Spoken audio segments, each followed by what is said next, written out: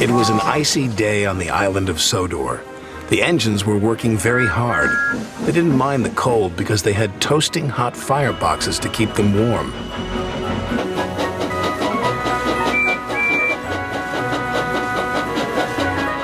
That evening, Sir Topham Hatt came to the sheds. "There's a big freeze coming tonight," he said. "James and Percy are to deliver extra coal to the stations." "Yes, sir," they said eagerly, and Sir Topham Hatt drove away. "You'd better hurry," teased Thomas, "or scary Jack Frost might get you." "Who's Jack Frost?" Percy whistled nervously. "Don't be so silly," sniffed James. "Jack Frost is not scary." "Yes, he is," teased Thomas. "He's all white with a big spiky face." "Rubbish," said James. James knew Jack Frost wasn't scary, but poor Percy wasn't so sure.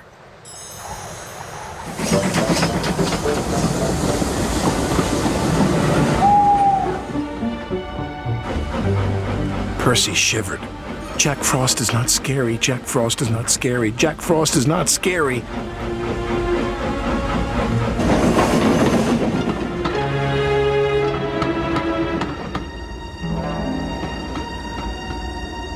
Meanwhile, James puffed along his route.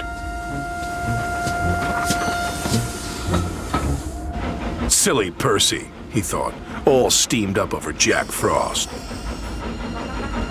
Percy made his last delivery. The station master was very pleased to see him. "Oh, Percy," he cried, "we need twice as much coal to last through this freeze." "Don't worry," Percy said. "This is my last stop. You can have mine." So Percy's driver parked him in a siding with only a lantern for company. "Do you think scary Jack Frost will find me?" said Percy. "Jack Frost's not scary," chuckled his driver. "And don't worry, Elizabeth will bring you some more coal in the morning."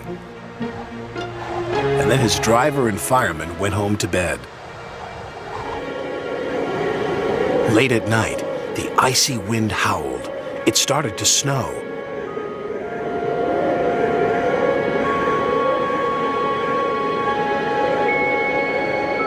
Soon Percy's face was so cold, an icicle hung from his nose. "Oh, bother," Percy stuttered, but it didn't sound like Percy. It was so cold he could hardly make a sound.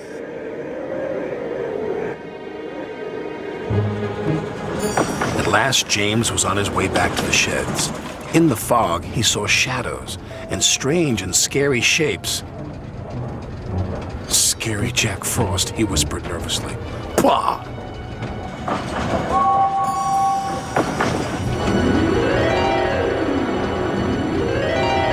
"Hello, James?" muttered Percy icily.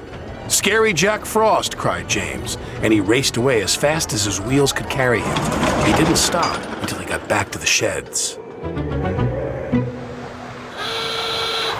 The next morning, Elizabeth brought plenty of coal.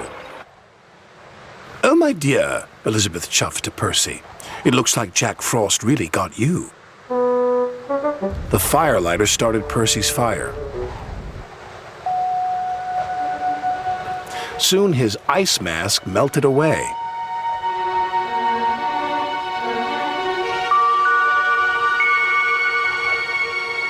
"So scary Jack Frost is only frost," tooted Percy happily, and soon he was as warm as toast. When Percy arrived at the sheds, James was bragging to the other engines. "I saw scary Jack Frost last night," James huffed. "He even knows my name." "He also knows that you ran away," teased Percy. And all the engines whistled, including James. But Percy's was the loudest whistle of all.